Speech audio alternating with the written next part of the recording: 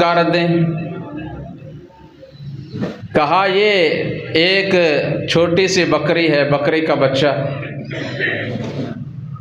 اور 1.5 کلو یہ جو کا آٹا ہے، میں کھانا تیار کرتی ہوں، آپ جائیں اور نبی صلی اللہ علیہ وسلم کے کان میں آہستہ سے کہنا ہے کہ ہمارے پاس بس یہ اتنا تھوڑا سا برائے نام کھانا ہے، آپ 2-4 آدمیوں کو اپنے ساتھ لے کر ہمارے گھر میں تشریف لائیں۔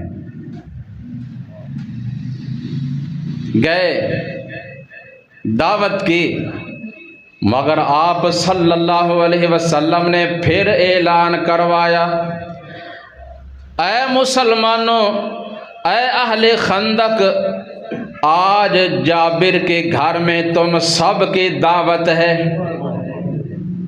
لے کر چلے گئے اور حکم دیا، جابر جاؤ اپنے گھر میں، ہمارے آنے سے پہلے نہ تو سالن ہنڈیا سے نکالنا ہے اور نہ ہی آٹا اس کے برتن سے نکال کر پکانا شروع کرنا، ہمارا انتظار کرنا۔ آپ تشریف لے گئے، آپ نے کیا کیا؟ اپنا لعاب دہن، منہ کا لعاب، سالن میں بھی ڈالا اور آٹے میں بھی ڈالا۔ یہاں سے بعض لوگ ختم کا ثبوت لیتے ہیں، دیکھو جی ختم ثابت ہو گیا، یہ آپ صلی اللہ علیہ وسلم کا معجزہ تھا۔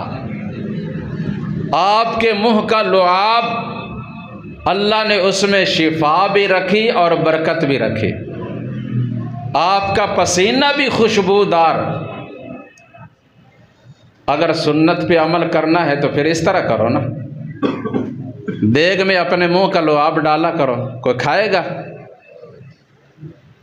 سب نفرت کریں گے، کوئی کھانے کو تیار نہیں ہوگا۔ لیکن آپ صلی اللہ علیہ وسلم نے اپنا لعاب دہن اس میں ڈالا، اللہ احکم الحاکمین نے برکت فرمائی، فرمایا جابر اب اپنی بیوی سے کہہ دو روٹیاں پکانا شروع کر دیں۔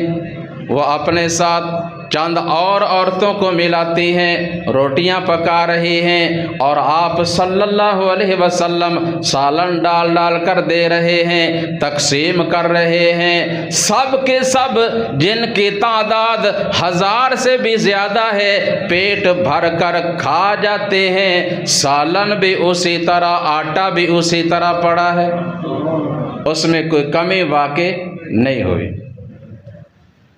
اللہ تعالیٰ نے ان کو یہ معجزات دکھائے، اپنے قدرت کے کرش میں دکھائے، پھر آ کر کام شروع کیا۔ آپ صلی اللہ علیہ وسلم سے کہا جا رہا ہے، یا رسول اللہ